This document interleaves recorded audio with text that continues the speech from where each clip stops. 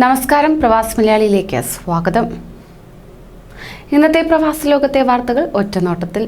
UAE-യിൽ ഇന്ന് കോവിഡ് സ്ഥിരീകരിച്ചത് 1214 പേർക്ക്. ചികിത്സയിലായിരുന്ന 670 പേർ രോഗമുക്തരാവുകയും ചെയ്തു. അതേസമയം കഴിഞ്ഞ 24 മണിക്കൂറിനിടെ രാജ്യത്ത് 3 പേർ കൂടി കോവിഡ് ബാധിച്ച് മരിച്ചതായി ആരോഗ്യ മന്ത്രാലയം അറിയിച്ചു. 83,146 കോവിഡ് പരിശോധനകളാണ് UAE-യിലുടനീളം കഴിഞ്ഞ 24 മണിക്കൂറിനിടെ നടത്തിയത്. രാജ്യത്ത് ഇതുവരെ കോവിഡ് സ്ഥിരീകരിക്കപ്പെട്ടവരുടെ എണ്ണം 1,75,276 ഉയർന്നു. ഇവരിൽ 1,58,498 പേരാണ് ഇതിനോടകം രോഗമുക്തരായത്. 589 കോവിഡ് മരണങ്ങളും രാജ്യത്ത് സംഭവിച്ചു. നിലവിൽ 16,189 കോവിഡ് രോഗികളാണ് രാജ്യത്തുള്ളത്. 1.72 കോടി കോവിഡ് പരിശോധനകൾ ഇതുവരെ നടത്തിയിട്ടുണ്ട്. കുവൈറ്റിൽ കഴിഞ്ഞ 24 മണിക്കൂറിനിടയിൽ 2 മരണം റിപ്പോർട്ട് ചെയ്തു. 314 പേർക്ക് കോവിഡ് സ്ഥിരീകരിക്കുകയും ചെയ്തു. ഇതോടെ രാജ്യത്ത് മൊത്തം കൊറോണ ബാധിച്ചവർ 1,43,574 ഉയർന്നു.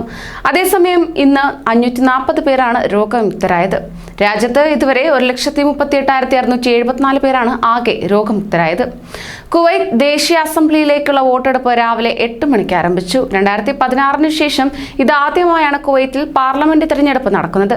2019 2 MP-മാരെ അധികാരത്തിൽ നിന്ന് നീക്കിയതിനെ തുടർന്ന് ഉപതെരഞ്ഞെടുപ്പ് നടത്തിയിരുന്നു. നിലവിൽ 5,67,994 വോട്ടർമാരാണുള്ളത്.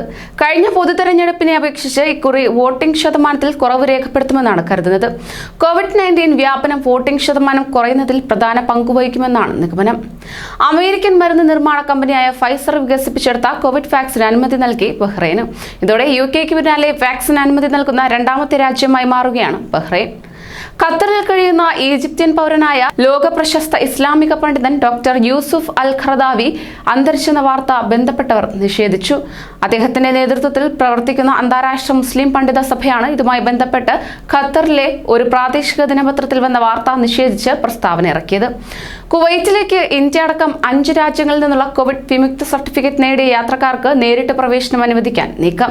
ഇന്ത്യ, ഫിലിപ്പീൻസ്, ശ്രീലങ്ക, ബംഗ്ലാദേശ്, നേപ്പാൾ എന്നീ രാജ്യങ്ങളിൽ നിന്നുള്ള യാത്രക്കാരെയാകും ആദ്യം അനുവദിക്കുക. നേരിട്ട് അറിയാത്ത ആളുകളുടെ പേരിൽ പണം അയക്കരുതെന്ന് സൗദി ബാങ്കുകളുടെ കൂട്ടായ്മയ്ക്ക് കീഴിലെ മീഡിയ ബാങ്കിംഗ് ബോധവൽക്കരണ കമ്മിറ്റി മുന്നറിയിപ്പ് നൽകി. ധനകാര്യ സ്ഥാപനങ്ങളുമായി ഇടപാടുകൾ നടത്തുമ്പോൾ വിവരങ്ങളുടെ സത്യാവസ്ഥ ഉറപ്പുവരുത്തണം. അജ്ഞാതരായ ആളുകളുടെ പേരിൽ പണം അയക്കുന്നതിനെതിരെ ജാഗ്രത പാലിക്കണമെന്നും കമ്മിറ്റി മുന്നറിയിപ്പ് നൽകി. കോവിഡ് ചട്ടങ്ങൾ ലംഘിച്ച 42 പേരുടെ ചിത്രങ്ങൾ സഹിതമുള്ള വിവരങ്ങൾ പരസ്യപ്പെടുത്തി ഒമാൻ. സുപ്രീം കമ്മിറ്റി തീരുമാനങ്ങൾ ലംഘിച്ചുവെന്നാണ് ഇവർക്കെതിരെ കുറ്റം. തെക്കൻ ബാത്തിന, മുസണ്ടം, തെക്കൻ ഷർഖിയ, ദോഫാർ എന്നിവിടങ്ങളിലുള്ളവരാണ് പിടിയിലായത്. ബഹ്റൈനിൽ 162 പേർക്ക് കൂടി കോവിഡ് സ്ഥിരീകരിച്ചു. ഇവരിൽ 79 പേർ പ്രവാസികളാണ്. 75 പേർക്ക് സമ്പർക്കത്തിലൂടെയും 8 പേർക്ക് യാത്രയിലൂടെയുമാണ് രോഗം പകർന്നത്.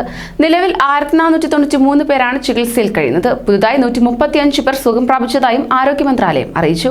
ഇതോടെ രാജ്യത്ത് രോഗമുക്തി നേടിയവരുടെ എണ്ണം 85,598 ഉയർന്നു. ദേശീയ ദിനാഘോഷങ്ങൾക്കായുള്ള ഈ വർഷത്തെ മുദ്രാവാക്യം പ്രഖ്യാപിച്ചിരിക്കുകയാണ് ഖത്തർ. നഹ്മദുക യാദൽ അർഷ, സിംഹാസനത്തിനുടമയായ നാഥന് സർവസ്തുതിയും എന്ന് തുടങ്ങുന്നതാണ് ഈ വർഷത്തെ ദേശീയദിന മുദ്രാവാക്യം. ഡിസംബർ 18-നാണ് ദേശീയദിനാഘോഷങ്ങൾ ആരംഭിക്കുന്നത്. ഖത്തർ സ്ഥാപക നേതാക്കളിൽ ഒരാളായ Sheikh Jassim bin Mohammed bin Thani രചിച്ച കവിതയിൽ നിന്നും എടുത്തതാണ് ഈ മുദ്രാവാക്യം. തങ്ങളുടെ ഔദ്യോഗിക ട്വിറ്ററിലൂടെയാണ് ഖത്തർ ദേശീയദിനാഘോഷ സംഘാടക സമിതി കാര്യം അറിയിച്ചത്. കൂടുതൽ പ്രവാസി വാർത്തകൾക്കായി ഈ ചാനൽ സബ്സ്ക്രൈബ് ചെയ്യൂ.